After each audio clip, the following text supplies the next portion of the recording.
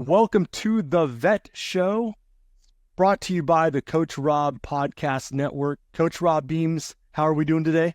Good afternoon, brother. And as always, thank you so much for carving time out of your day. I know we've got quite a few subscribers and followers and listeners, and these types of conversations they are literally the highlight of my week. So it's good to see you. And again, thanks for making time for both myself and the listeners. I deeply appreciate it. Yeah, it's good to see you too, buddy. For all the listeners, thank you guys so much for tuning in again. If you guys haven't, there's a bunch of podcasts that Coach and I have done on the Coach Robb Podcast Network. Go check those out. This is a brand new show. This is episode 1 of the Vet Show. We had the Vet Show preview show. So if you haven't checked that out, make sure you check that out. It kind of explains what we wanted to do and accomplish with this new show. And it's basically catering to vet riders. Well, and I'm glad that you said it that way, because my biggest concern, and you and I have talked about this off air, my biggest concern is as we continue to dive into all the frustrations and the things that vet riders have to overcome, we don't want to be redundant. We also don't want to stay at a fundamental level. So depending on when you drop into our podcast show here, understand that the previous podcasts are going to literally be building blocks for where we're at in the show here, even though it's episode number 1. Listening and watching the preview show is going to help set the context. So you'll probably hear me say that at the beginning of every one of the shows. Just remember that we want to make sure that these shows are constantly building on each other, one after the other, because we know racing is never a static environment. It's ever changing. So the show will emulate that exact same dynamic. Yeah, I just also want to reiterate, if you haven't caught the preview show, this show is not just for racers. It's not just for vet riders. It's just for the vet rider racer in general, right? It's, what do we define as vet, Coach? Was it 30 plus? Did we kind of come to that agreement last show? I believe it was. I could go back and look at the notes, but I do believe that we agreed that it was 30. That's that point where career's starting to crank up. You've got maybe a child or two, and yeah, the time clock starts to get cut a lot of different ways.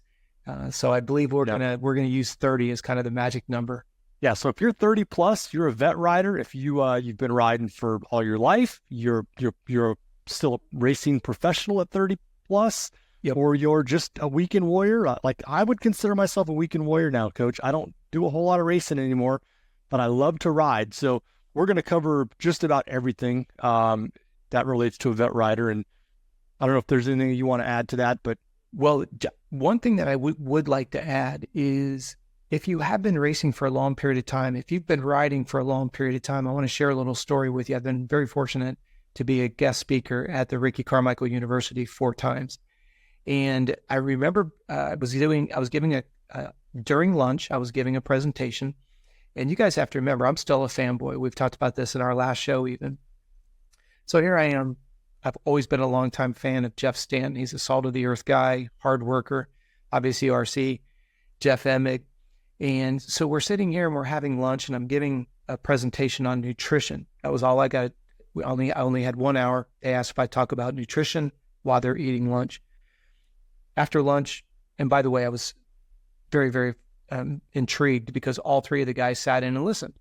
And then towards the end of that hour, people started asking questions about other things, and it just organically started to run. And I will never forget Jeff Stanton interrupting me, and he says, if I had this information, I may have won 7 times instead of 6.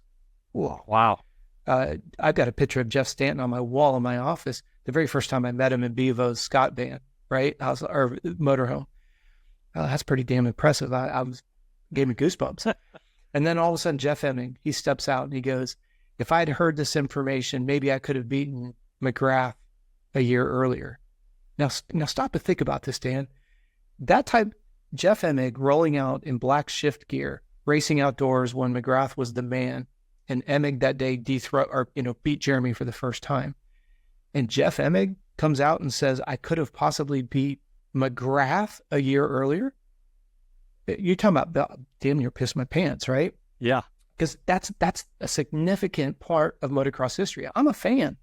I remember that, him rolling out. I remember watching it on ESPN with a grainy screen and all. And then Ricky steps up. Now, this was unprovoked. They're all behind me. I'm sitting here talking to a group.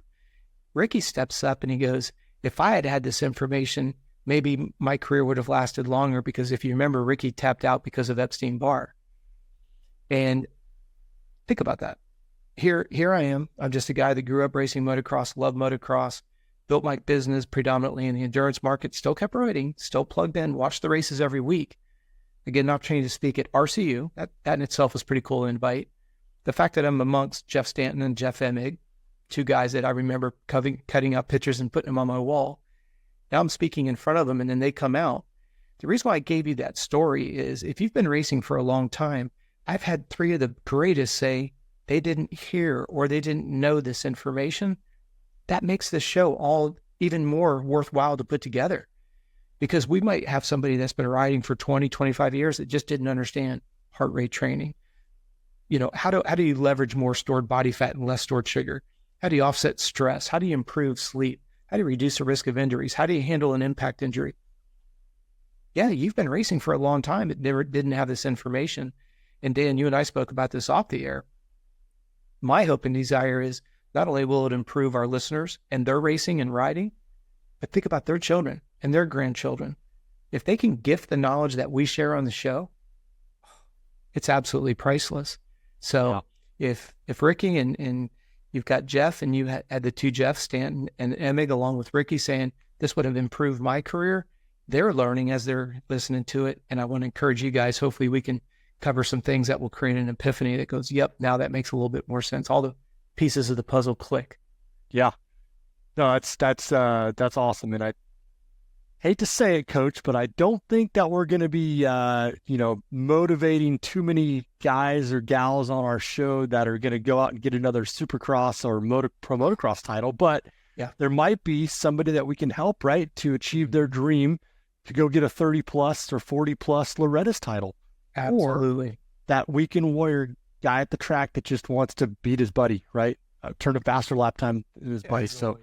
So that's what we're trying to achieve here is just to better the overall vet experience. Absolutely. So again, thank you. If this is your second time listening to the show, thank you. If you've listened to our other podcasts, welcome back. And thank you for continuing to support the network. And let's jump into some meat associated with being a vet rider. Let's have some fun. Okay. So the first thing that I'm going to just call out, Coach, and I hear this time and time again at the track is, I'm 40 years old, ride with a lot of guys that are about the same age as me, and we don't have a lot of time in our lives, right? Typically, as vet riders, we have families, we have jobs, we have other responsibilities.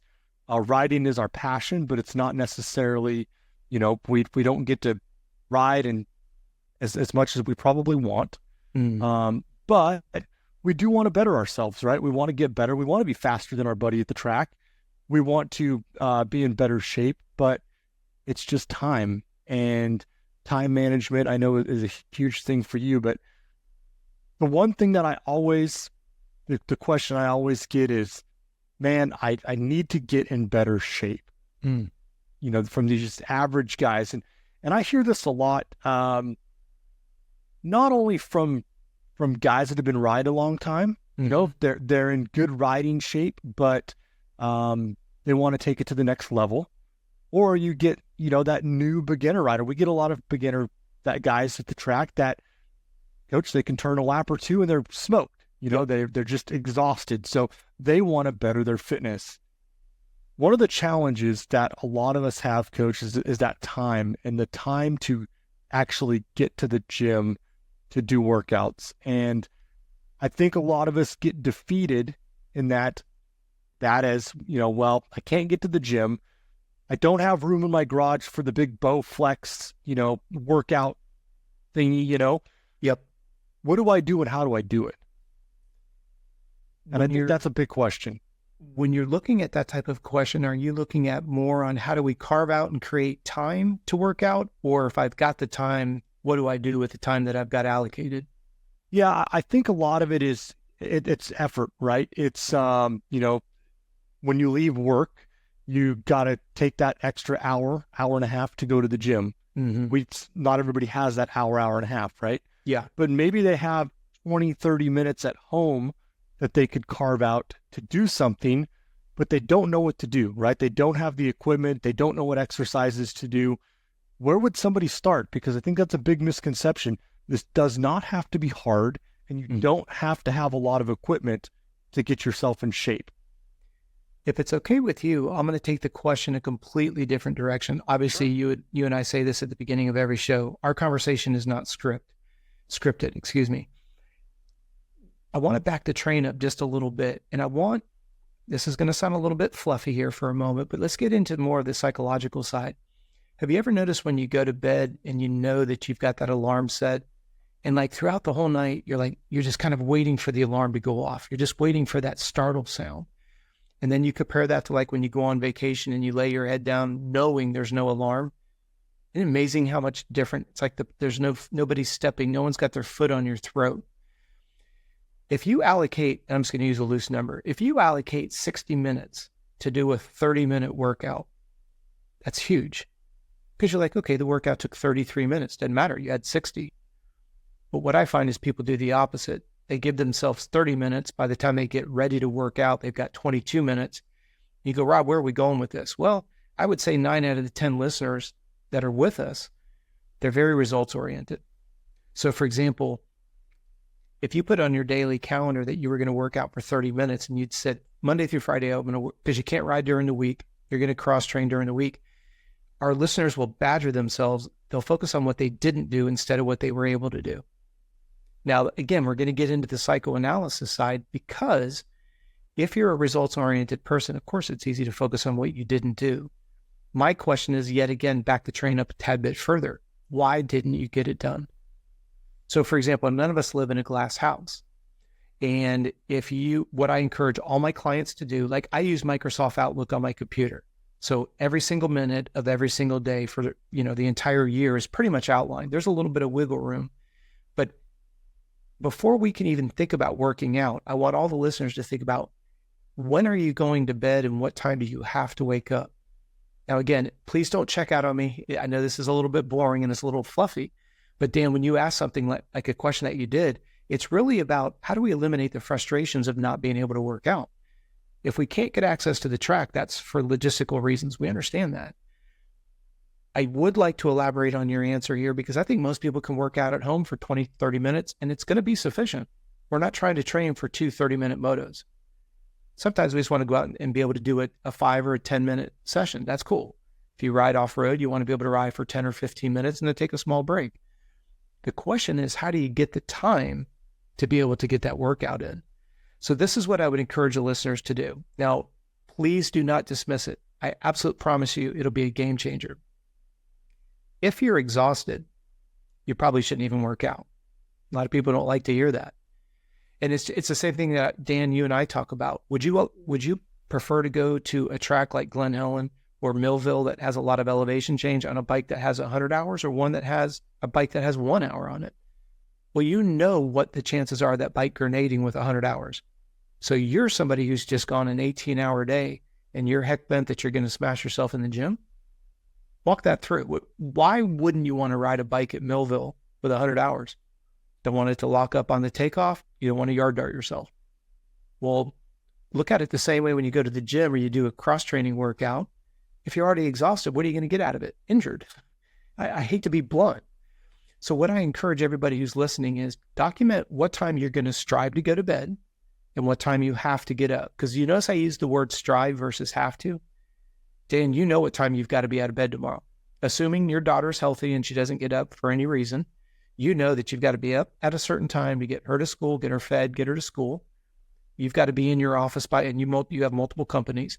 You've got to be in your office at a certain time, because now, and this is where I want the listeners to have an epiphany. When you look at your daily calendar and where you're going to be, those are set in stone. Isn't that ironic? Like if you know that you've got your first conference call at 9 a.m., you don't roll out of bed at 9:15. Well, how come, and I want people to really stop and focus on this, how come we will go out of our way to meet an appointment associated with work or school, but we don't make ourselves a priority for sleep? If you know that the only way the body can rejuvenate itself is through sleep, my question is, when are you going to bed? What time are you waking up? Now, reverse engineer, how many hours is that? Because Dan, you and I can sit here and say, look, we need 8 hours of sleep. Okay, how are you going to get 8 hours of sleep? If you know you've got to be out of bed by 6, well, it means you've got to be tucked in by 10. I'm not trying to insult anyone's math skills, but this is where the frustration starts to domino. They're not able to get to the gym after work because something got in the way. You see how something got in the way with sleep? Well, now you're tired, which increases your risk of injury and it suppresses your immune system, and now you're sick. Well, now our listeners are pulling their hair out because they're like, I want to train. I want to be able to enjoy riding my dirt bike, whether it's to go longer and or faster. Well, why can't I do it? Because you're exhausted. Yeah, Rob, but I don't live in a glass house. None of us do. Ask yourself question number 1, what time are you going to bed in order to get 8 hours of sleep, knowing what time you have to start tomorrow? That's always priority number 1, and do it for the entire week. The second thing you have to block out is when you have to go to school or work or whatever, right? Those obligations are locked in. Now, not every, like Dan, I'm going to kind of embarrass you here a little bit in front of all our listeners, but you have multiple companies. So your day is constantly filled with impromptu interruptions. And I would say most of our listeners, whether you have your own company or you work for a company, you've got people walking in your office impromptu, especially with these doggone text messages and emails, just bombardment, right? Everybody wants what they want when they want it. They want it right now, and it may or may not fit your schedule. So what are you doing? You're trying to put all these fires out. Once you block out what time you have to be at work, I want you to block out when you're actually going to sit and either cook and prep, eat, and cook, eat, and pack. And what I mean by that is I always recommend my clients make a little bit more than you normally would for dinner, and then that becomes your lunch for tomorrow. You've already got it figured out. You don't have to worry about it. You go, Rob, the question was about strength workout. If you can learn to block out the time for sleep, you can block out what you have to do for work or school, and you block out when you're going to cook, prep, and consume food, at least you've done what we call the preparation side. See what I mean? I want you to be prepared to work out. If you're going to work out for 18 minutes, 4 days a week, can you get the most out of that? Do you see the paradigm shift? Because you've got exhausted athletes that are trying to ride, or in this case, cross-train, when really they should probably go home and go to bed because they got 6 hours of sleep last night. They just dealt with a bunch of, squirrels at work. They dealt with a bunch of people they don't enjoy at school. Then you're going to come home and heck in high water, I got to get that workout in. Yeah. And we're going to talk in future shows about how stress dries up body fat. It's tough, because while for most of us, right, I'll speak for myself. Yeah. I've got multiple companies, got a day job, got a family.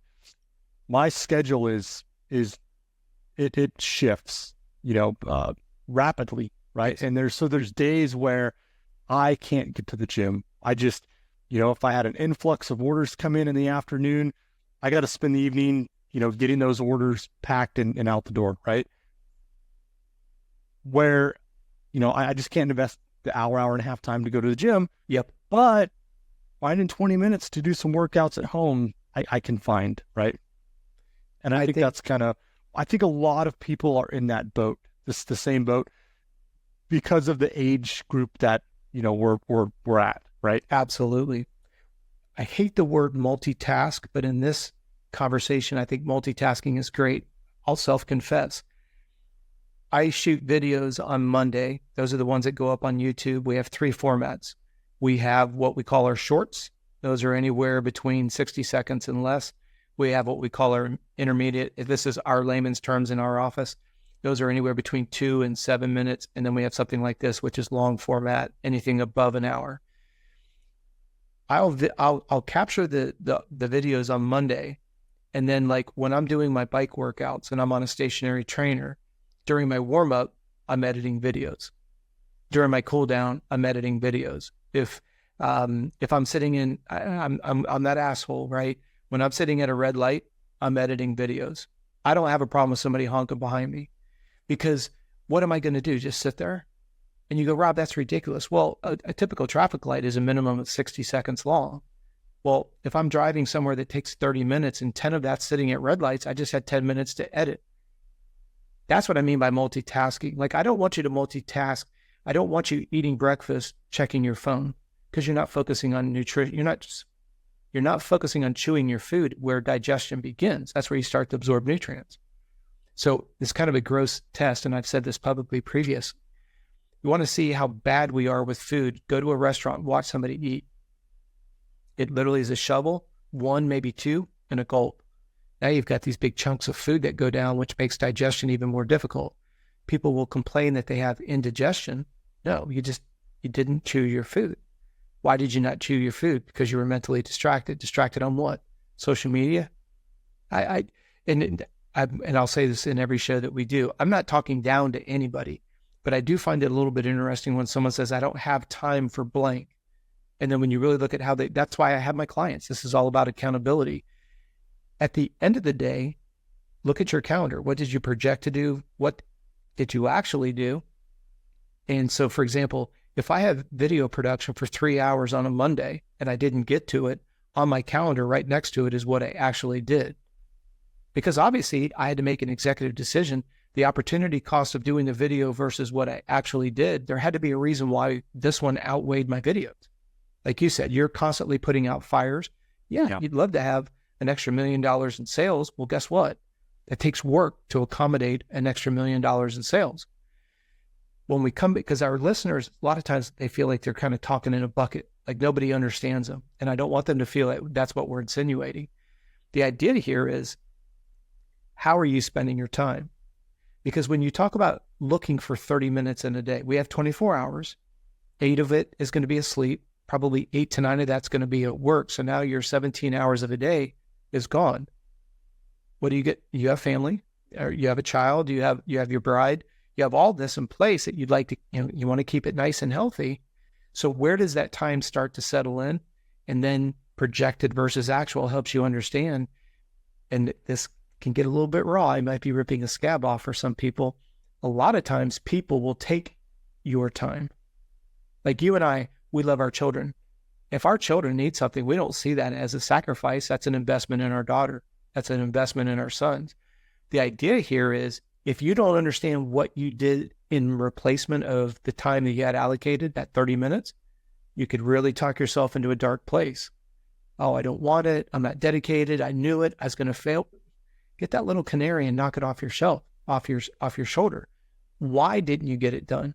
What did you fill in its place? Now, if you got onto YouTube and you watch bar to bar for an hour, instead of getting to the gym or getting downstairs or getting in your office or getting in your gym to work out, you have to own that.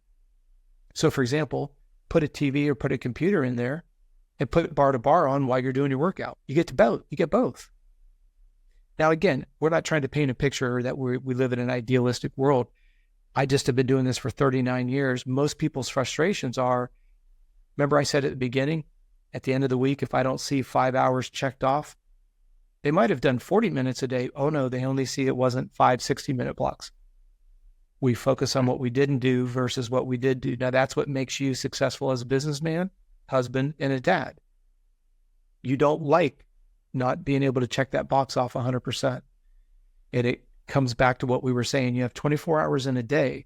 If you can stay focused on preparation, we're going to talk about this and we're going to share this visual in future shows. But if you think about the 4 verticals of success, the first one is preparation, second one is fitness, third one's execution, and the fourth one's recovery. If you boff any of those up, they all go to heck in a handbasket. If you think about that in mechanical terms, you can go buy a bike from Mitch Payton, right? You buy the ultimate vet bike, and you just simply don't put fuel in it. Well, it doesn't matter. The bike is not going to start. Doesn't matter what bling you have on the bike. You go, well, that's kind of an absurd illustration. When you go 12 or 13 hours during a day because you've been busy at work and you haven't eaten, what are you going to get out of that workout? Nothing. Yeah. You're going to get nothing. You're going to get sick and or injured. Now, we're not being Debbie Downer. I want to come back to your original question. How do I get an opportunity to train? Look at what you had originally allocated from 6 to 6:30 in the evening before dinner. You were going to work out. Well, by Friday, let's look at Monday through Friday. What happened between 5:30 and 6 p.m.? That has to be the starting point. Because if you don't make time, you've heard me say this publicly, you can't manage time. You can only manage yourself. Yeah. People don't like that. So say you got the time. Yep. Okay. But well, let's play two sides here. Okay. We have the time. We've dedicated the proper time to work out, and we can go to the gym. Yep. We've said this on previous shows that these HIIT training and CrossFit and stuff, the real intense stuff, can actually be counterproductive for us as motocross riders and racers. Absolutely. I want to make sure that we really clarify this conversation, because I've been blackballed by quite a few people because they take it out of context. I've got degrees in physiology. I've got several degrees in exercise physiology, massage therapy, the whole nine yards. I understand the textbook associated with HIIT training, by the way, stands H, high intensity interval training, generically CrossFit. I'm not against what it says from a textbook standpoint. It's cool. It's a challenge. I do have a problem with some of the ranges of motion because I think they're anatomically atrocious. And I say that only because we've picked up so many people who have hurt themselves doing CrossFit. I just want to talk about the original subject of today, and that's how do we create the time, and then how do we get the most out of that time? Goes back to preparation. My experience has been 99.99% of the people should not be doing CrossFit, should not be doing HIIT training. Now, people will say, you're an idiot. You don't understand. There's this benefit, and this is this. And I love it when someone says, yeah, but you don't know my progress. I do know your progress. I've seen it. The problem is it's A, not sustainable, B, it's more stressful than it is productive, and C, it's unhealthy long-term. Now, again, please do not take it out of context. If you want to sit down with me and talk about, hey, how does the body, when it gets exposed to a lot of lifting and the production of testosterone, and that naturally leans you out, I get it. I understand it. I always go back to mechanical terms. If you have a bike that has 100 hours on it, you would not take it to Millville and run it, especially when it's muddy. And you go, why? Why not? Why not? Why not? Why not? You're like, are you an idiot? Do you not understand the fundamentals of mechanics? Yes, I do. Well, a bike that has 100 hours that you put mud on is going to cause it to overheat. Plus it adds 5, 6, 10, 20, 30 pounds on a bike that's already tired. It's probably going to throw a rod. It's going to blow. Okay. Gotcha. Now apply that to the human being. Let's say it's Friday. You've had let's say it's Friday afternoon because you're going to work out at 6 o'clock in the evening. You've had 5 days, including Friday, that you've put in 12 hours, 10 hours, whatever your number is. What's the residual fatigue on Monday through Friday? It's a bike that's got a lot of hours on it. Yeah. And so if you wouldn't do it mechanically, because the same way that someone would say to me, Rob, you must be an idiot. You must not. I'm not name calling myself. I'm just using it for the sake of joking around. Rob, you must be an idiot. A bike with 100 hours, you're going to take it to a track that has a lot of elevation, and you're going to put it in a condition of mud, and then you're surprised that it mechanically grenades. Fair. Now let's take the principles of physiology. If the body doesn't get enough food, it's not properly hydrated, it doesn't get adequate amounts of rest. And by the way, when we look at rest, it's not just about laying in bed for 8 hours. It's about getting deep sleep where your body releases growth hormone and testosterone. That only happens in deep sleep, REM 3. The fact that you want to have 3 to 5 sleep cycles, which I can show you on Garmin, how many sleep cycles you've had or haven't had. Sleep quality is going to be, if you think about it like a flow chart, food plus hydration equals quality sleep. So we want to get you to the end of the day at 6 o'clock when you have time to work out. Let's get you there firing on all 8 cylinders to the best of our ability. You just spent, you got up at 6 in the morning and it's now 6 p.m. You've been thinking a lot for 12 hours. You've been working with your children and been working with colleagues and you've been working with your employees and you're trying to eat and stay hydrated all day so you can be ready for that 6 o'clock in the afternoon workout so you can get stronger, leaner, all that goes with it. You see where the preparation phase, people just jump right over it. Yeah. Now, what ends up happening is we get to Friday, that athlete has all that accumulated stress and they're hell-bent that they're going to do that high-intensity interval training. So am I against HIIT training? Not in a textbook format. I do think people do it too often. Like as an elite athlete at the Olympic Training Center, you would never see those athletes doing balls-to-the-wall workouts 6 days a week. We usually focus on 2 hard workouts a week. Everything else around that is biomechanic and aerobic enhancement. And we could talk about periodization. We'll talk about that in a future show as well. But I want to come back your question about how do you optimize the time that you're training? Understand now, this is a 10,000 foot view coming into laser focus. How much stress is the body already under, and how much stress is that workout going to add to the stress already on top of a body that is already stressed? And if it stacks up too quickly, you get injured and or you get sick because you suppress your immune system. Now, if you look at that, this is what answers your question. Why does Robb always advocate aerobic training? Well, the first is because I know that you're already tired at the end of the day. Now, I'm not saying every day. This is where we have to look at how did your day go coming into the workout and not be afraid to adjust it. I may have you doing 10 by 500 on the rower with a 1 minute rest. We know what your critical speed numbers are. We know what pace you should be at so that you don't cook yourself. There's a lot of factors that have to go into it, and it's not complicated, but you got to be willing to calculate and then actually apply it. But now come to the end of the week, come to the end of the day, for that matter. Why would I advocate aerobic predominantly? I would say even on a percentage basis, I'd say 8 out of your 10 workouts, 80% of your workouts, whatever that number is, 3 workouts a week, whatever it is, should be aerobic in nature. And the reason being is it's the number one physical limiter when you're riding your dirt bike. Not lactate tolerance, not sprint speed, not high heart rate. People go, Robb, you don't understand. My heart rate is so high. Well, it's high because every square inch of your skin is covered. You're pushing and pulling a dirt bike that weighs 200 plus pounds.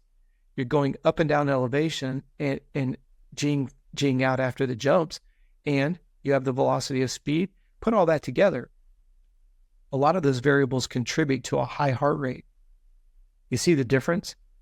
So when we're looking at the idea of what is the best thing I can do, and we're only talking about the cardiovascular side, I want you to focus on aerobic capacity because that's your number one limiter at both the low end, just cruising around, or going guts to the wall. Believe it or not, aerobic capacity, the ability to deliver oxygen, will always be limited by aerobic capacity, not lactate tolerance, not the top end sprint speed. Now go to the other direction. When you're sitting there with your motorcycle, Dan, and you're just letting it idle and you're warming the bike up and you're putting your hand back behind the pipe, you can tell there's a little bit of combustion that's coming out there. Then you blip the throttle and your hand's back there and it blows your hand back. Again, if we put it in mechanical terms, everybody goes, yeah, Robb, as the RPMs go up, there's more metabolic waste, right? Or there's more combustible waste. Very smart, very observant. So if you are, I'm sorry, go ahead. Finish. I was just going to say, as you bring your heart rate up, you're producing metabolic waste, which it creates something known as free radicals, and free radicals are what cause premature aging. High heart rate, high production of free radicals causes your hair to dry out, your skin to dry out, and this is what spokes the adrenal system. This is why we're on a fast track to adrenal fatigue. Is this why I'm going bald, Coach? Mm-hmm. Yeah. Genetics might have a little. It has a lot to do with it. Absolutely. Absolutely. But in all joking aside, though, this is where people get so frustrated because they're like, and you've heard me say this publicly as well, I always use endurance athletes because they train high volumes, high intensity, and they're prematurely old. They don't look good. Right. But it's not about mocking the endurance market. I want our listeners to understand, why does somebody look like that? They're 20 years old. They look like they're 40. Well, it's called oxidative stress. Now, if you can think about your adrenal system as the only system in your body that allows you to, figuratively speaking, offset stress in the body. You can get into sympathetic and parasympathetic, which is getting into neuroscience. But the idea here is, if every time you're working out, you're going guts to the wall, put this in an equation format. I'm tired before my workout. I go guts to the wall during the workout. So now I've just double stacked stress. And because I've just overworked my body, I've created adrenal stress because I can't eat and sleep enough to offset. Let's just say, let's put it in mathematical terms. Your day, 50 points. Work, school, family. Your workout, another 50 points. So on the stress side, you've got 100 points of stress, but you can only sleep and eat enough to offset 60. Well, you're in the hole 40 points. That's Monday. Come back and you do it Tuesday. Now you're 80 in the hole. By the time you get to Friday, you're 200 in the hole. And you do that month over month. And next thing you know, you've got adrenal fatigue. Well, let's just kind of take everything I just said and let's swipe it off. What happens when one of our listeners goes and rides or races on the weekend and they're not happy with the results? What do they do on Monday morning? Go easier or do they go harder? No, they probably go slam themselves because they think that they didn't do enough work. And that's what I said earlier. Our listeners are results oriented. So if they see a workout, or rather a weekly schedule where daily they were going to do an hour, they only did 40 minutes, they're pissed. And then when they stack fatigue, especially if they're doing HIIT training, right, day over day over day, by the time they get to Friday, personally and professionally, they're already tired. You stack the athletic fatigue on. Now remember, we haven't gotten to the motorcycle yet. They don't have the time to train on the motorcycle during the week. They're living for the weekend, baby. Yep. Well, what body did we just bring into Saturday morning? We went minus 40 on Monday, minus 40 on Tuesday. We're at minus 200 by Friday. Yay, let's take this exhausted body and let's go ride, baby. Yep. And then they don't ride well. Gosh darn it. Monday morning, I'm going to double it up. I am not going to have that happen again. Now instead of minus 40, we're minus 80. Yeah. So if you can make it to the gym, aerobic workouts are the best, i.e. rowing. Heart rate zone 2 and below is what's so important. Okay. We need to talk about heart rate zones. This confuses people, especially with the quagmire of misinformation out there. So rowing, right? As long as you keep your heart rate below zone 2. Whatever zone 2 is specific to yourself based on your max heart rate minus your resting heart rate. And that's called heart rate reserve. Now, for anybody who's watching and you want our heart rate spreadsheet, go in the description box below this video. Go in the description box on YouTube and click on the resource page and you can download that form. Please use it. But remember, your heart rate zones on the rower are going to be different than running, than gravel bike versus motorcycle versus swimming versus running versus anything that you like to do. You've got to know what your heart rate zones are specific to that discipline. Is there important. Something, Coach, like, is there like an average that you can take? You know, if you got somebody that is not willing to look at each one specifically, right? Yep. Is there a good average that somebody could take? Believe it or not, the best one that I've used, if you were to Google it, you've probably seen it yourself. It's that 220 minus your age. Don't use that one. Actually do 180 minus your age. This is by Dr. Phil Maffetone. Love the guy. Brilliant dude. He's been a practicing physician, has worked with some of the best athletes in the world. One of those doctors that nobody knows about, but genius. So that's his formula, and you can use that with a tremendous amount of success. Okay. Now, that includes, just real quick, also, you can do what we call the talk test. If you're training with somebody and you can't talk to them without running out of breath, you're going too fast. If you're training by yourself and you can't sing to your song on your phone, you're going too fast. That's always another good aerobic test. Got it. Okay, so 120 minus your age. I'm sorry, 180 minus your age. Yep, and that's the top number you wouldn't want. So if I'm 50, like I'm going to be 56 next month.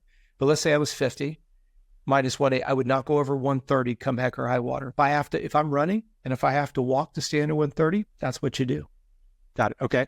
And you could do that in a stationary bike, rower, light weightlifting, I would assume.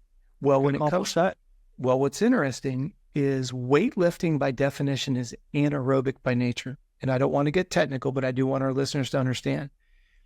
If you were to go out and you were running 50-yard sprints and you did 5 of them, and then I pricked your finger and we were testing the lactate in your blood, we would see that there'd be a high level of lactate. Most people can associate sprinting with, hey, I'm going to have a high level of lactic acid.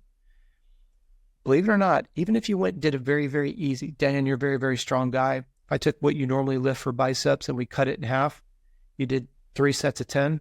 If I pricked your finger, you're going to have a high level of blood lactate. All lifting is very anaerobic by nature. It's just a physiological fact. Now, what you had said has just a little bit of meat on the bone that people can have a tendency to lose sight of. If you don't lift on a regular basis, lifting maybe once a week is actually counterproductive because of the residual soreness. You got to think about it, like you and I have teased on the show before. Neither you nor I play a lot of golf. Well, you can push and pull a dirt bike, no problem, but give you 18 holes of golf and you'll probably feel very, very sore the next day. You're just not in golf shape. And that's what I want to say about weightlifting. If you can't do it consistently, you're probably better off just doing body type strength exercises because of the residual soreness. But I just want to make sure we clarify that when you're talking about weightlifting, it's got to be done minimum of 2, preferably 3 times a week. Okay. It's like running. If you're going to run once a week, I wouldn't run. You're going to be too darn sore. Yeah. Because it's so load bearing. Mm-hmm. Say you're a guy that can't, or a gal that can't get to the gym, right? Mm-hmm. For whatever reason, run out of time for the day, can't afford a gym membership, whatever the case may be. What are some things that you can actually do at home to get yourself into shape? And I know we've talked about this. There's some equipment, small equipment like the stretch bands and whatnot that you can purchase. But can you just talk about a few things that maybe somebody could go out and buy where they could do good workouts at home that will make a difference? 100%. Before we go into the equipment, think about this. The human body has 3 dimensions of movement. You have the front side of the body and the back side. You have the left side and the right side. And then you have what's going on above and below the belly button. Stop and think about that. When you jump on that motorcycle, you have the exact same 3 planes of movement. Left peg, right peg, above and below the seat, and front and behind the peg. Most of our listeners know in front of the pegs controls the front of the bike, or above the seat controls the front of the bike, below the pegs, but below the seat handles the back of the bike, right? So when you're doing your strength training, anything you do above the belly button is going to be working the front of the bike. Anything you do below the belly button is going to be working the rear wheel. Keep that in mind, because when you guys, and I'm more than happy to send out strength workouts to anybody who's interested, but they're non-traditional. My strength programs are designed around what we all love to do, and that's push and pull a 2-wheel motorcycle, right? And the reason why I wanted to kind of set the context of a 3-dimensional movement is every time you work out at home, ask yourself, did I work the opposite side? So for example, a push-up is going to work my chest. What do I do for my shoulders? What do I do for my back? What do I do for my muscles in between my shoulder blades? If a push-up, then I need to do the opposite, pull back. If I work my bicep, I need to work my tricep. See what I'm saying? And I do want you to work your legs as much as you work everything above your body. And I know a lot of guys particularly guys don't like to do legs because it's very difficult. That's because your quadriceps are the largest consumer of oxygen. This is why we hate doing legs. It'll cause you to go anaerobic very quickly. That's why we hate rough tracks. The rougher the track, the higher the heart rate, because you're just doing air squat after air squat, bringing your bum off the seat over and over again. Now I want to go back to what you said, which I think is the most important question in the show today. Don't get carried away. All right. Once again, if you guys go into the description box here, I have an Amazon store. I did not want to open an Amazon store. They've been bugging me. I don't need to make $4 on something. And I don't say that arrogantly. It's not a priority of mine. However, they said, look, we want you to open an Amazon store. I said, perfect. Then you give me the best prices. And that's what I want for our listeners. You go to the Amazon store. They promise me that you'll be able to get the best price anywhere. Perfect. That's all I care about. And in that Amazon store, you're going to see stretch cords. They're literally rubber bands, surgical tubing that has handles on them. And it goes right to what you said, Dan. I think, I actually just bought a set of them last week. They were $24. And I think it has 5 bands in the bag. And the band thickness just gets progressively thicker. And buy the one that has the clips where you can, if I put a green and a red, that's like the equivalent of 35 pounds. If I do the black, it's equivalent of 45 pounds. If I put them all on there, it's 100 pounds. Well, think about it. If I have a set of stretch cords, just think about big rubber bands. There's not one muscle group that I can't hit with a rubber band versus having to use a dumbbell or a kettlebell. Stop and think about that. For $20 to $25 with shipping, I can get the same amount of load. Now, if you're someone that's as strong as you are, Dan, you could probably shoulder press 75, 80 pounds. Well, you're going to have a lot of stretch cords to create that same, especially with you being as tall as you are. You have to get creative, but most motocrossers are, right? We're not, if it doesn't fit in this little square, we don't do it. Now think about your workout. When you do a push-up, it's working your chest. It's working the anterior deltoid. You're working your triceps. You're engaging your core muscles because you're sitting in a pike position. Well, then as soon as you get done with doing your push-ups, stand up, grab your stretch cords, and do a lat pullback. It's going to engage everything on the posterior side. See, we just did the front of the chest. Now we want to do the back. You want to do a walking lunge. Anybody can do that. You can do it across your lawn. You can do it across your garage. You can do it across your kitchen. Just do a walking lunge. Well, when you do a walking lunge, do you see how quickly you've broken the 3 dimensions of movement? Because one leg's in front, one's behind you. Your upper body is trying to avoid looking like the Leaning Tower of Pisa. So now you've engaged the core. Well, when you're done with a gallon of milk, hold on to it. Get done with another gallon of milk, hold on to it, fill them up with sand. So now you can walk across your shop doing walking lunges and just do shoulder presses with empty gallons of milk that are filled with sand. And then make your own weights. Fill them up half, 3/4, all the way up to full. A gallon of milk, a gallon of sand is going to weigh 8 pounds. So now I'm doing a walking lunge, doing a shoulder press. I'm doing a walking lunge and I'm doing Frankensteins. I'm doing a walking lunge and I'm doing a bicep curl. I'm breaking a 3-dimensional plane. I'm working above and below the motorcycle, not being on the motorcycle. You don't realize the muscle that runs from your sternum to your pubic bone is known as rectus abdominis. It's a very strong stabilizer.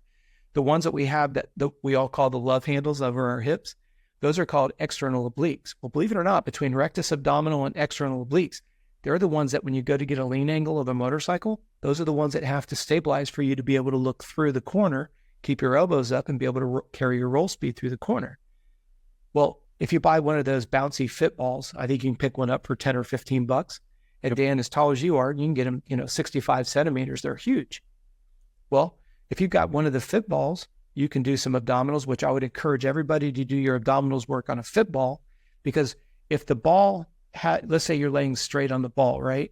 As soon as your head drops below the horizon, you'll get a lot more work in your abdominals when you bring your head from below the horizon and up. So you get more bang in a shorter amount of time.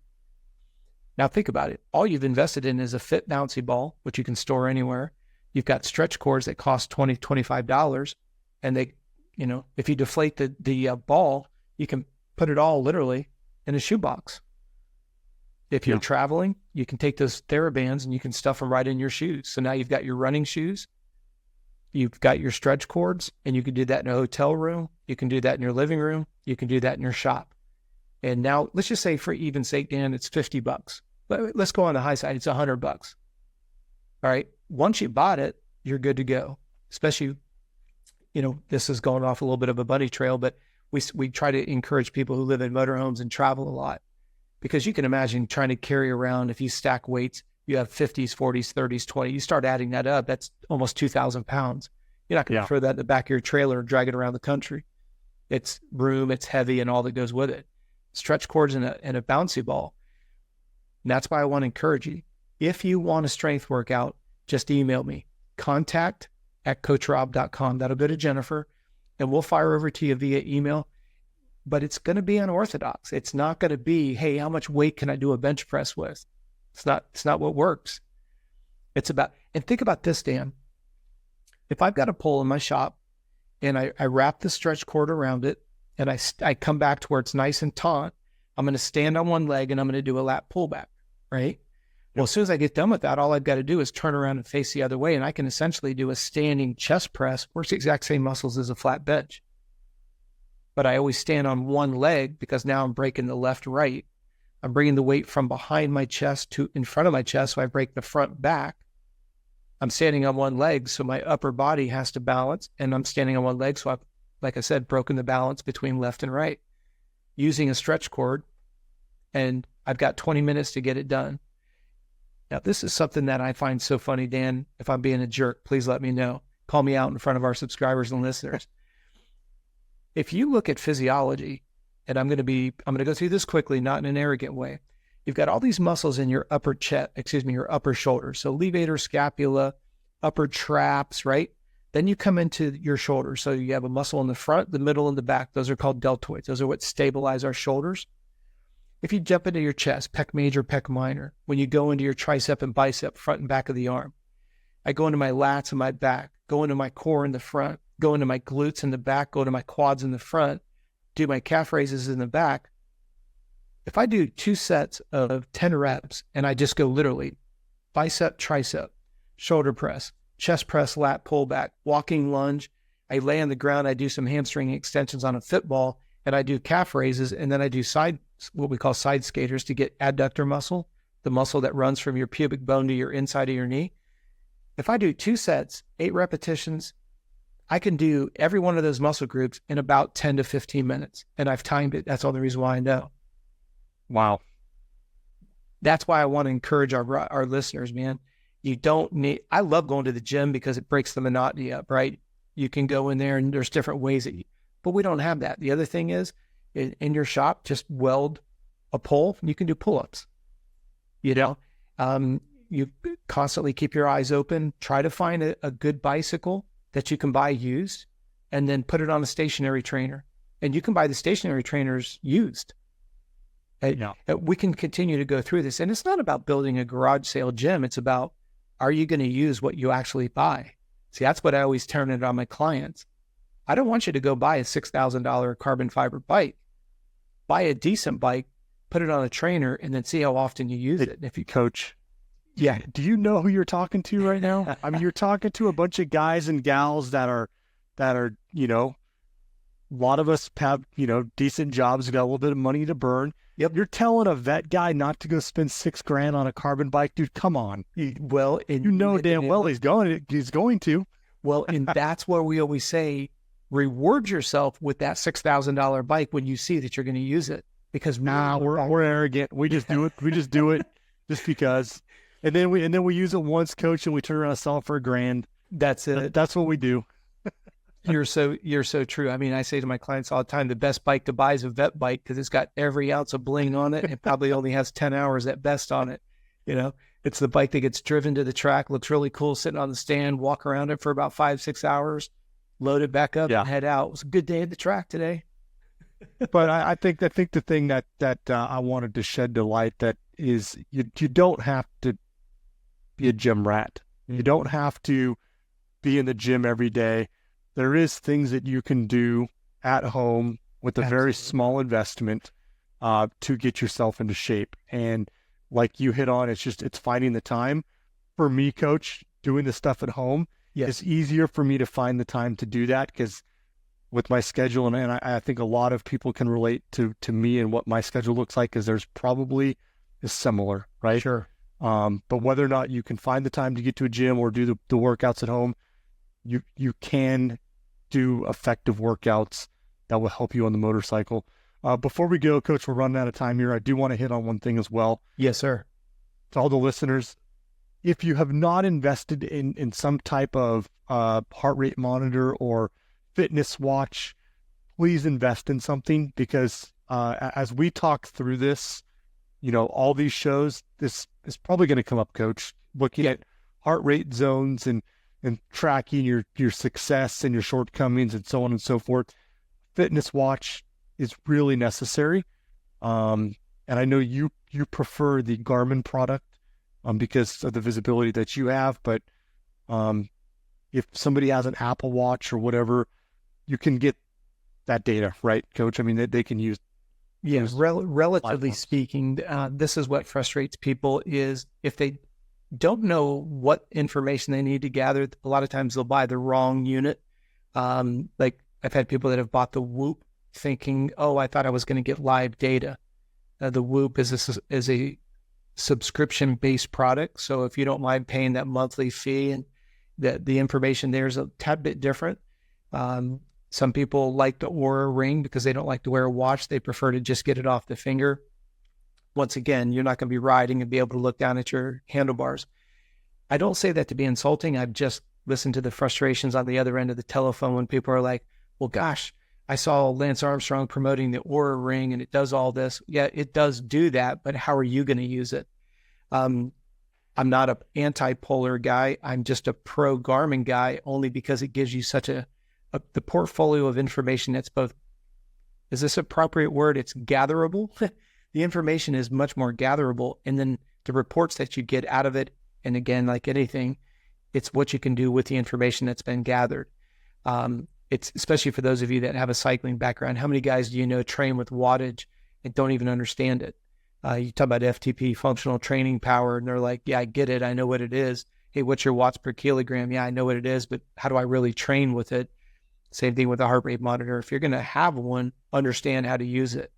I'm actually I'm working with our marketing department right now, depending on when you listen to this show, but I'm actually going to be doing a live Garmin webinar, and we'll put that up on when that's available. We'll keep it very, cost worthy.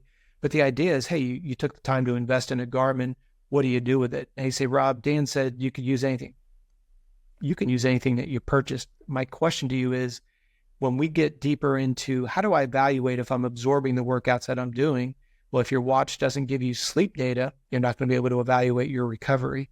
If the watch doesn't give you average and max calorie burn rate, you're not going to be able to actually evaluate the exercise on the front side. So as you're looking, I don't care what you go and purchase, just know what you're looking for before you purchase it.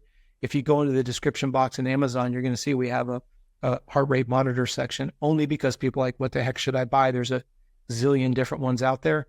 We just put the 3 or 4 that we think are the best. The brains in them are almost identical. Like, for example, Dan, I get this question all the time on the Garmin. What's the difference between the Forerunner and the Phoenix? Nothing. The Phoenix has a steel body watch, or body, where the Forerunner is a very hard, almost like a plastic material. For somebody who rides moto, you could be deflecting rocks. I'm always going to say go Phoenix because it has a steel body. I'm just trying to keep you from breaking your watch. You see, that's the kind of stuff. It's not about a sales pitch on a product. It's how are you going to use it, and why would you need it?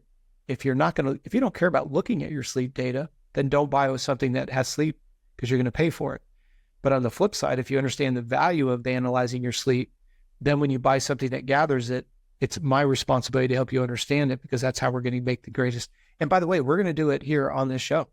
We'll do some shows where we talk about, hey, you guys have gotten into the idea that you don't have to have a gym membership and you don't need 3 hours a day to do strength.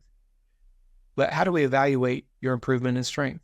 You've got 30 minutes a day and you're doing cardio. How do we know that 30 minutes is working? There's very simple checks and balances, and we're going to share it. Again, it's going to be very specific to a vet rider who's got a family, who's working, trying to be a mechanic for both yourself and possibly one of your little, as the Europeans say, the little nippers, right? You've got triple duties. You've got your bike, you've got your children's bike, maybe your spouse or partner's bike. I get it, man. There's only so many hours in a day. But we also want to make sure when you do your strength training, do it specific to riding moto. When you do want to work out, make sure that you've checked all the boxes so at least you get the most out of that workout. And then how do you evaluate it so you don't feel like you're falling short of the mark? Because we are a results-oriented type of personality. If we love moto, we're very results-oriented, which is what I love about this demographic. It's awesome. It is awesome, Coach. It's been an hour. I thank you so much for your time. I thank all the listeners and viewers for their time. Leave those comments, hit like and share, subscribe. Coach, anything else? Last thoughts before we go? No, sir. Thank you so much. If you do have a question and you're not comfortable putting it in a public format, like in comments, feel free to DM me if you follow us on Instagram at Complete Racing Solutions. I'm trying to get a little bit better, Dan. You've been educating me on how to do it, and I've been putting it in my daily calendar to check that. I would encourage you, please don't feel goofy. Put your questions out there on YouTube, because what happens is when you put them out there, people can resonate with that question, and it may spur another question in their head, and they weren't quite sure how to frame it. That just helps us serve you as a resource, as a vet rider. So, like you said, Dan, thank you for everybody who has followed us up to this point. Dan, I want to personally thank you for being the genesis of this show. You've said it to me numerous times. We need to do a vet specific, and I really appreciate it. We'll talk more about what we're doing on our side of the business specific for vets. And again, thank you for taking the time to listen to the show today, and we'll be back in a month. Sounds good. Thanks, everybody. See you on episode 2.